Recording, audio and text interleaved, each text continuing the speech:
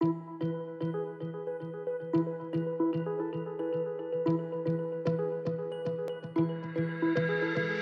plus de 9 millions de Français, vous recevez peut-être chaque année une prime d'intéressement ou de participation. Et vous avez peut-être accès, grâce à votre employeur, à un plan d'épargne salariale.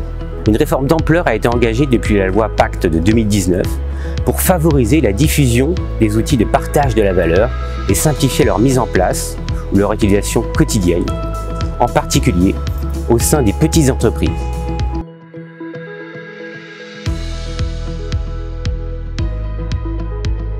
Leur objectif principal est de lier la rémunération des salariés à la performance de leur entreprise.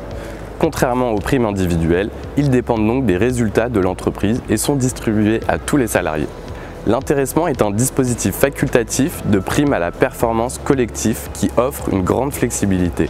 Les critères de calcul de la prime d'intéressement peuvent être fondés sur les résultats de l'entreprise ou encore sur des objectifs extra-financiers, par exemple la performance environnementale. A l'inverse, la participation est obligatoire dans les entreprises employant au moins 50 salariés. La prime de participation est calculée en fonction du bénéfice net de l'entreprise, même s'il est possible de changer les conditions de versement avec un accord collectif. Les sommes versées au titre de l'intéressement et la participation peuvent, au choix du salarié, lui être versées directement ou déposées sur un plan d'épargne salariale.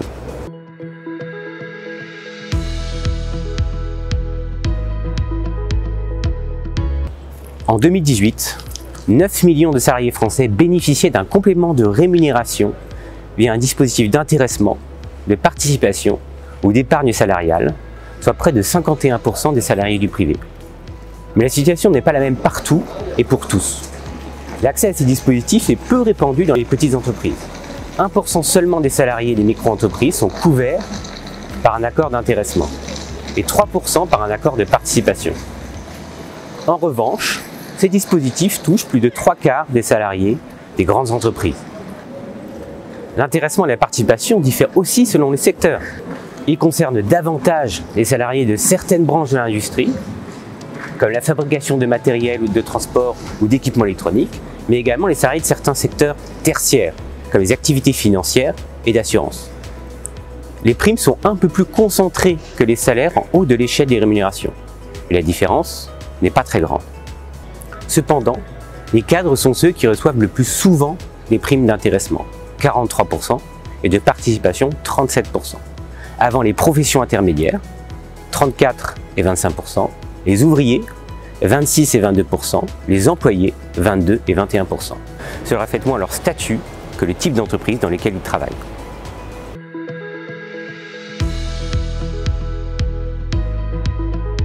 La France est l'un des pays européens où les dispositifs de partage de la valeur sont les plus répandus. Elle se situe en deuxième position, devant le Royaume-Uni ou l'Allemagne.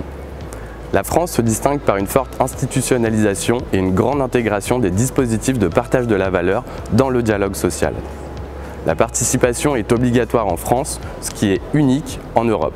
Elle est aussi un des seuls pays à exempter intégralement les primes de partage de la valeur de contribution sociale pour certaines catégories d'entreprises.